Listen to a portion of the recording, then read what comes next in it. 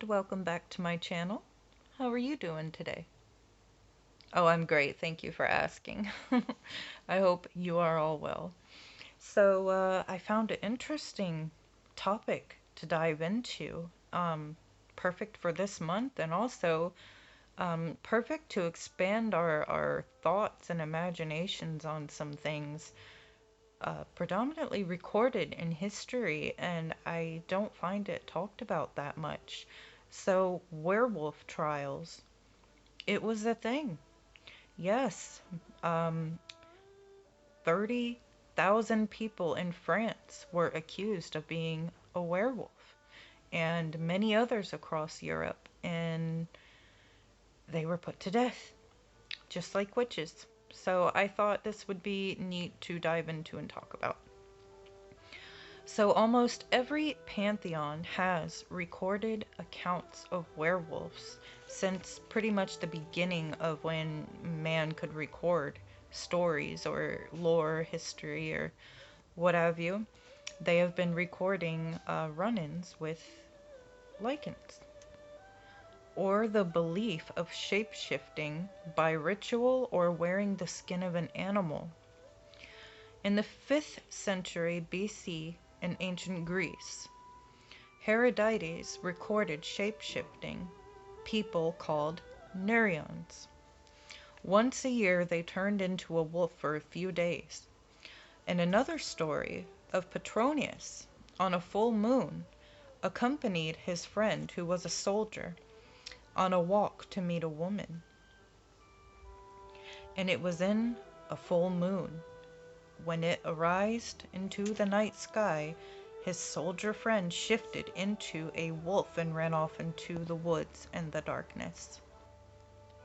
It was believed that the full moon could magically transform people in the mind, spiritually, or even physically, hence where also the term loon or lunatic came from. So this man arrives at his woman friend's house to learn that she just fought off a wolf, cutting it on the neck. And the next morning, when the man returns to his house, he found his soldier friend wounded in the same area as the wolf on the neck and dying from this wound. However, he was in human form. There are so many recorded stories throughout history, just like that one, of a wolf wounded by people and finding them in human form with the same wounds later. In other Roman stories, the gods would transform men who were monsters into a lycan to fit the deeds or crimes that they have committed, usually linked to things like cannibalism. Other stories of witches or dark deities cursing men to be werewolves or lycans.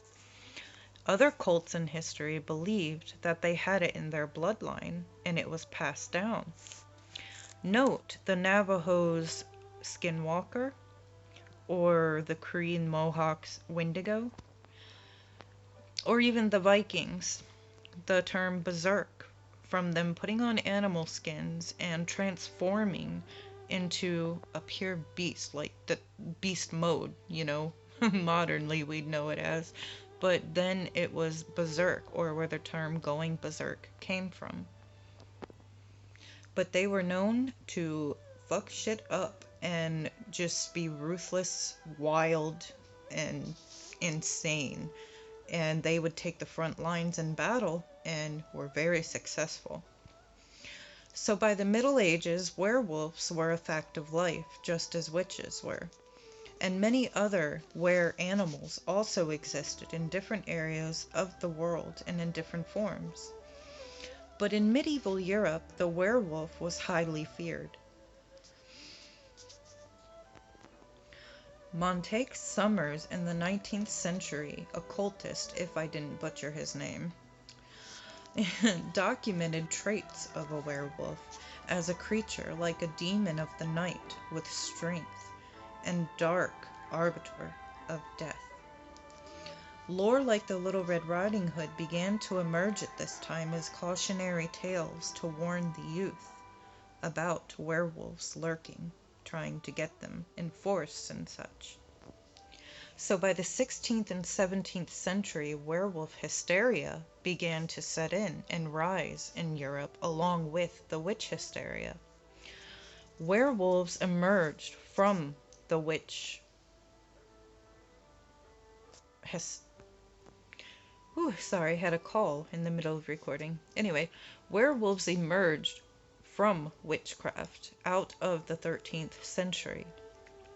Accusations of cannibalism, sacrifices, and dark magic was fueling their craze.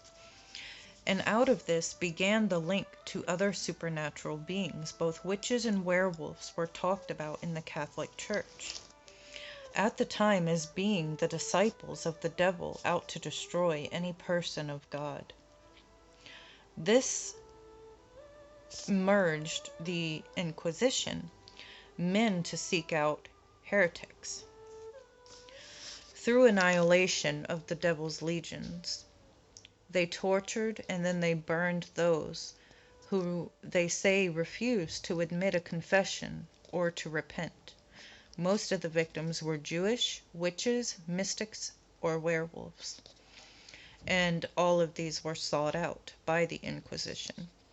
A belief that making a pact with the devil gave one abilities to become a werewolf, just like a witch. And out of this was the excuse of many brutal crimes or murders that could not be solved in that time.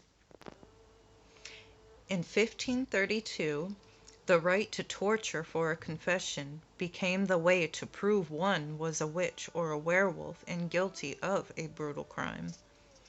So if you find someone in your village at that time, brutally killed, there was no evidence or forensics, so it was then fuel for the hunt for finding the werewolf beast who could have committed such a crime.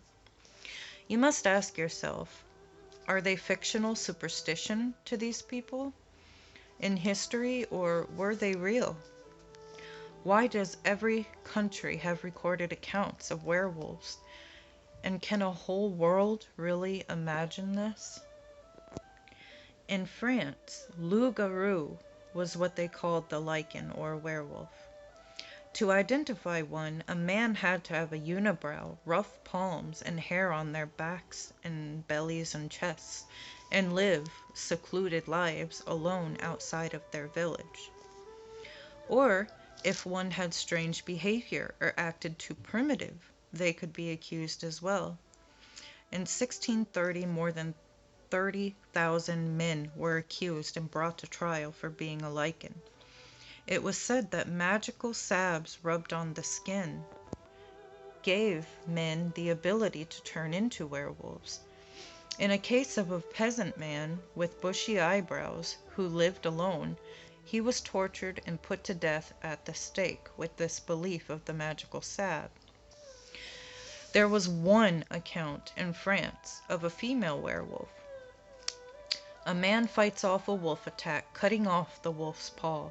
He sees it transform into a female's hand, but it has a familiar ring on a finger.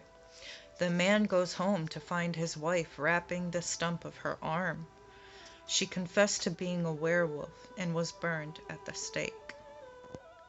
Magic pelts, or the skins, were recorded in various trials of the lycans as well. I've been asked on my channel if one could achieve this. I think anything is possible, especially astrally. We can shift into any form in our astral form, and magically, pelts, salves, potions, pacts, and curses commonly show up in history relating to werewolves and the full moon. I found all of this quite interesting and quite cool to dive into and really look at the different accounts and the lore in history, and the whole fact surrounding that there was a werewolf trials as well. I hope you enjoyed this. Let me know if you did in the comments, and if you could shift into a werewolf, would you? Well, much love, guys, and until next time.